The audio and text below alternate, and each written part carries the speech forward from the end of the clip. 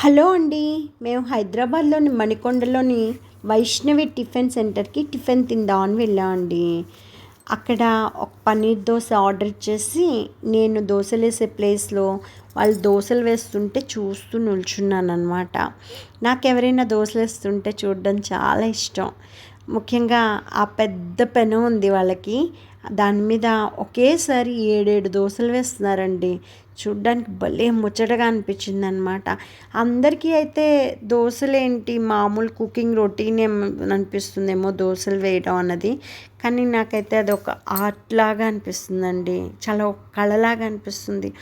వేడి పెనం మీద గరిటతో పిండేసి అదే జాగ్రత్తగా మళ్ళీ అంతే స్పీడ్గా పిండిని పల్చగా పరచడం చూస్తుంటే భలే క్రియేటివ్గా అనిపిస్తుంది. ఎంతసేపు చూసినా తనివి తీరదండి. తర్వాత అంచుల చుట్టూ నూనెసి దోశని బంగారు రంగులో కాల్చి దాన్ని చిరగకుండా బయటకు తీయడంలో వాళ్ళ పనితనం అంతా కనబడుతుందన్నమాట. సో నేను అలా చూస్తూ ఉన్నాను. ఇంతలోకి మాకు కావాల్సిన ఆర్డర్ ప్రకారం వాళ్ళు దోశలు చేస్తున్నారు.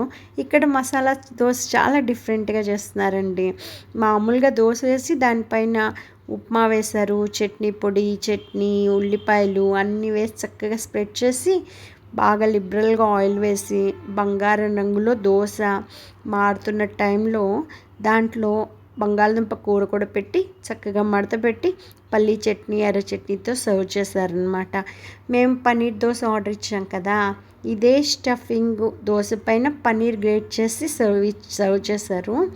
రుచి అయితే అద్భుతంగా అనిపించిందండి. మీరు కూడా ట్రై చేయండి. నా ఈ వీడియో నచ్చితే like, share, comment and subscribe.